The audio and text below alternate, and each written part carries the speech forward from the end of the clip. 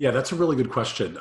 We definitely have seen tremendous success delivering value and ROI to exhibitors on the Evenfinity platform, but it definitely took some time to get there. We have the functionality that allows exhibitors to like really interact face to face in branded video conferencing exhibits with attendees and break off into one-to-one small group discussions. But early on, that wasn't enough. Essentially, the small, medium-sized exhibitors that weren't sponsors, that weren't being featured in other areas throughout the virtual event, were not getting enough traction to nourish that open exhibit hall model. And the last thing you want is to have exhibitors sitting by themselves or with colleagues in virtual exhibits, just twiddling their thumbs, waiting for attendees to come visit them. That puts a very bad taste in their mouth, and the feedback we were getting from post-event surveys showed that. So, we kept at it, and finally we figured out some really powerful models. And what those models lean towards are allowing the exhibitors to attend the event. Virtual exhibits are not locked halfway down the 200 aisle back by the bathroom. They're virtual. They could be anywhere. So exhibitors can participate in the event, join networking, join sessions, join receptions. On our platform, they can go into the networking directories. They could look for customers. They could look for prospects. They could reach out and they could schedule meetings. What we also found was instead of having open exhibit hall hours, we give the exhibitors demo times that attendees could sign up for, and they can invite their customers and prospects to sign up for their demos. And they could promote their demos throughout the virtual hall ecosystem. So what that means is that exhibitors are going to their branded video conference booths on Evenfinity for meetings that they've scheduled and for demos that attendees have signed up for. When they're not in there for meetings, for demos, or for breakout discussions from demos, they're participating in the event and having a little more of the attendee experience. And the results in that model have been really solid.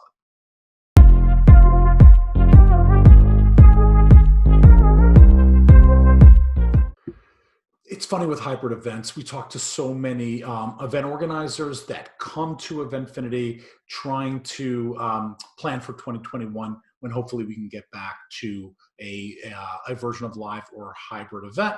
And so many of them look at look at hybrid events as a simultaneous experience, right?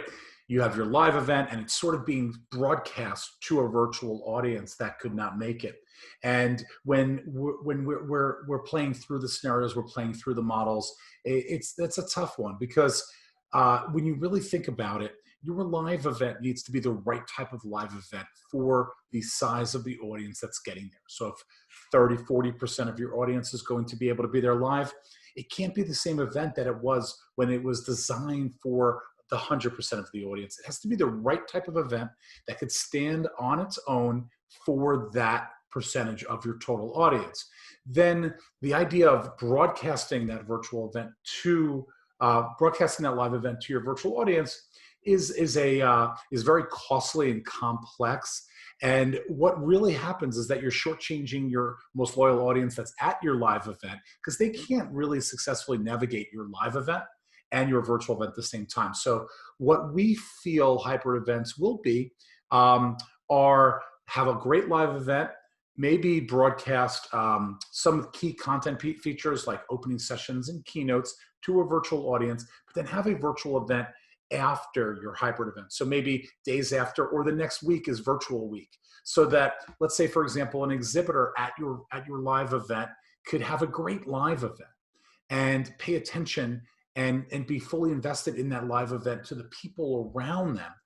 But they know that next week during virtual week, they have meetings scheduled all throughout the week with customers and prospects. They have a whole nother set of value yet to come. So content could be an on-demand video libraries that was captured on site. There could be content that is virtual content that is live event content, but doesn't necessarily have to be looked at as happening at the same time.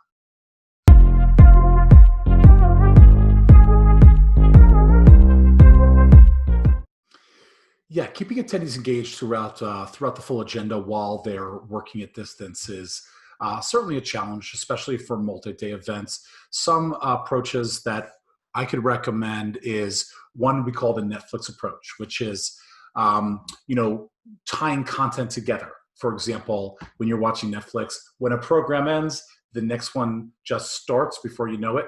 You're tied into the next bit of content. You could do the same with your virtual event agendas. Put a hook at the end of something, kind of draw your audience into the next thing. Before they know it, they're in the next agenda item. They're seeing people. They're reaching out, making connections, and on you go. The next is a strong communication plan. Communication plan is so important because people step off platform to go do things, whatever that might be, and you want to keep bringing them back in. So before your event even starts, you should have an agenda, and you should have your communication plan that works next to the agenda for push notifications, for emails that go outside the platform, and gently remind people via magic links on our platform. People could click right through and go right in, bypass login, and go right into the content. So a strong communication plan is a great way. Also, having functionality in place that keeps your attendees on platform.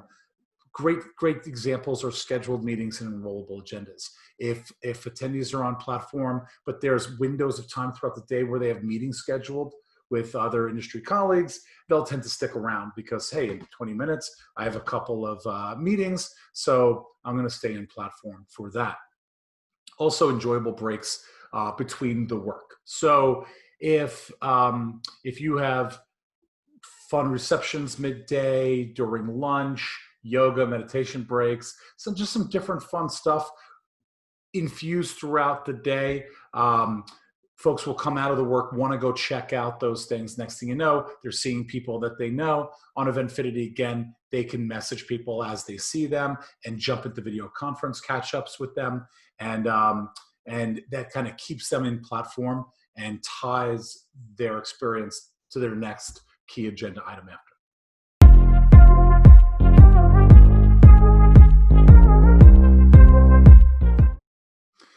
Well, obviously, virtual events are the Wild West, and it's completely uncharted territory. So we are seeing a lot of trends constantly developing. But one trend that we're seeing that I feel would be important to share is that when this pandemic started, event organizers were selecting platforms for the event, and exhibitors were sort of going along for the ride. So many exhibitors are being challenged by, especially the large, medium to large size exhibitors, are participating in several different events, and they're going platform to platform to platform, and they're not really getting the functionality from their exhibit on all those different platforms that they need to successfully share their new product lines with their customers and prospects, and facilitate business meetings between all their sales reps and all of those customers and prospects. So what we are seeing is we're seeing a pretty significant number of exhibiting brands. Again, the larger exhibiting brands coming to Eventfinity looking for their own virtual event. Essentially what they're looking for is their own exhibit, their own virtual exhibit that they can fully customize and infuse with all of their product content, and set up all of their salespeople in there and use it in a BYOB model, like bring your own booth. So I think you're going to be seeing a lot of your larger exhibitors start to come to you with their own booth and say, we fully want to participate in the event in all of these great ways, but we would rather use our exhibit. And it's going to be a little bit of a challenge, but I think it would behoove the event organizers to figure out how to pass the attendees into their exhibit, send them in there with the data. On Eventfinity, we obviously can send the attendees right into the exhibitor's BYOB exhibit and back, but if they're moving platform to platform and bringing their own booth, I think that you're going to start to see a lot of this, and it would be good to figure out how to accommodate it so that the exhibitors can get the value that they need.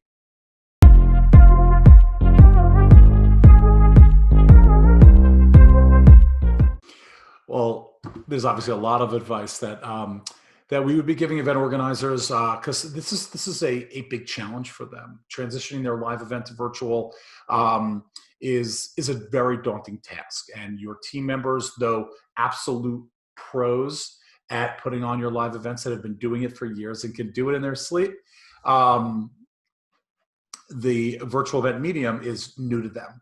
So I think the biggest advice that I would offer is the most successful events that we're seeing staging are where there's an event organizer, there is an agency in the middle, and then there's the platform. These agencies are event management companies, they're exhibit service contractors that, there are all these different supporting companies that traditionally supported live events and have pivoted and have now worked with us on dozens and dozens of virtual events on our platform. So they've seen what works, what doesn't. They know exactly how our platform operates and how it needs to be used in the most optimal way, and could very easily look at your event, look at the value propositions you provide your customers and prospects, and see how to translate into that virtual event environment and help you navigate that process to a very successful result, where if your team was left to their own